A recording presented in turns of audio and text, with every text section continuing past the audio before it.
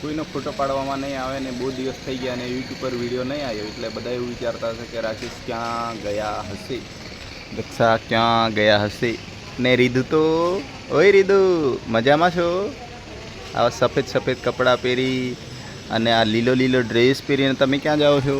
તમારા પપ્પા બી છે ને વ્હાઈટ ટી શર્ટ પહેરે, કારણ કે વ્હાઈટ ટી શર્ટ પહેરે ને તમારા પપ્પા રીધુ તો ગરમી ઓછી લાગે એટલા માટે. તો આજે અમારી રીધુ બી આવી, હું પણ છું. અત્યારે અમે ક્યાં જવાના છીએ એ તો રીધુને કહું. એ રીધુ, રીધુ આ બાજુ જોવો, કેમ છું? મજામાં? મજામાં છો? અચ્છા, રીધુ જો કેટલી મોટી થઈ ગઈ હવે, બહુ દિવસ પછી આવા વિડીયો જોવા મળે.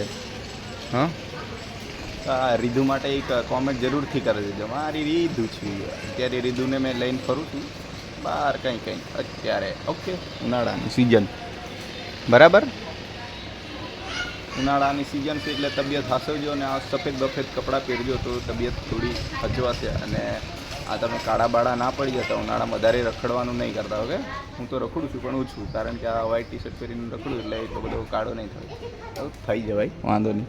ચલો એ રીધું જઈએ આપણે, જવું છે ને? ચલો બાય, ટાટા ટાટા કર ઢીંગલું.